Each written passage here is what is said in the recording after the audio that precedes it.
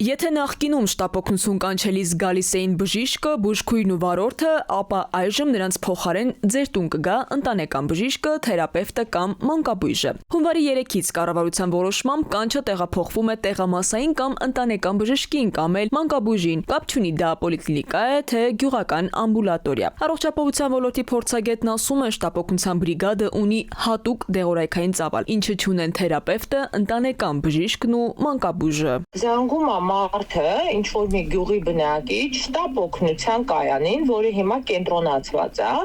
եւ այնտեղ բնականաբար օպերատորները բժիշկներ չեն։ Լավագույն դեպքում կայան օպերատորները ունենան բուժքույրական կրթություն, որովհետեւ նամանավանդ մարզերում օպերատոր բժիշկներ չկան։ Սենց տնես դժվարան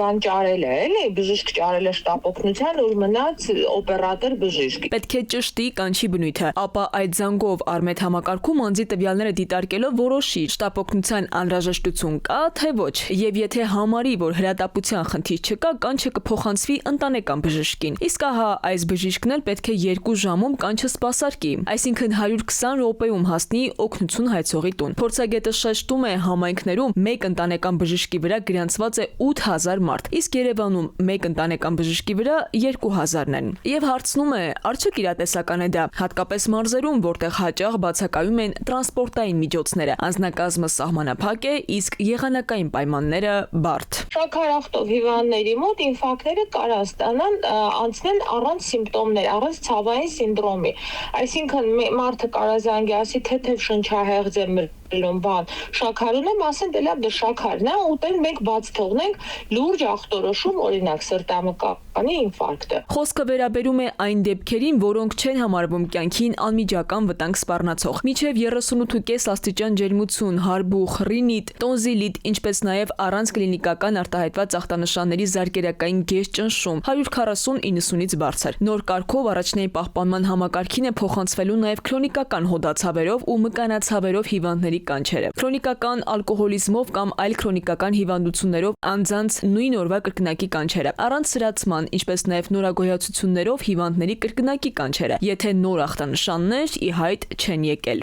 Մանկաբույժը մի քանի ժամ ծանրաբեռնված աշխատելուց հետո ուղղակի չի հասցնելու սկսել գնալ տնային այցերի, կանչերի, պիտի ֆիզիկապես վիճակի լինի, մտավոր էլ կարողանա այդքան լսել, ընկալել, մտածել, համապատասխան ախտորոշում եւ բուժում առաջարկել։ Առողջապահության ոլորտի փորձագետը նշում է, որ փոփոխությունները որևէ կերպ չեն անդրադառնալու նրանց աշխատավարձի վրա, սակայն զգալիորեն ավելացնելու են ծանրաբեռնվածությունը։ Առաջարկում է տեսական փոփոխություններից առաջ իրականում փորձարկել այդ համակարգի հնարավորությունները։ Օրինակ, փորձել Վարդենիսի տարածաշրջանի ծովակի ամբուլատորիայից 120 րոպեի ընթացքում հասնել Աղբրաձոր գյուղի կանչին, առանց ծառայողական մեքենայի։ Հենց այսօր, երբ այնտեղ լավ ձյուն է գալիս։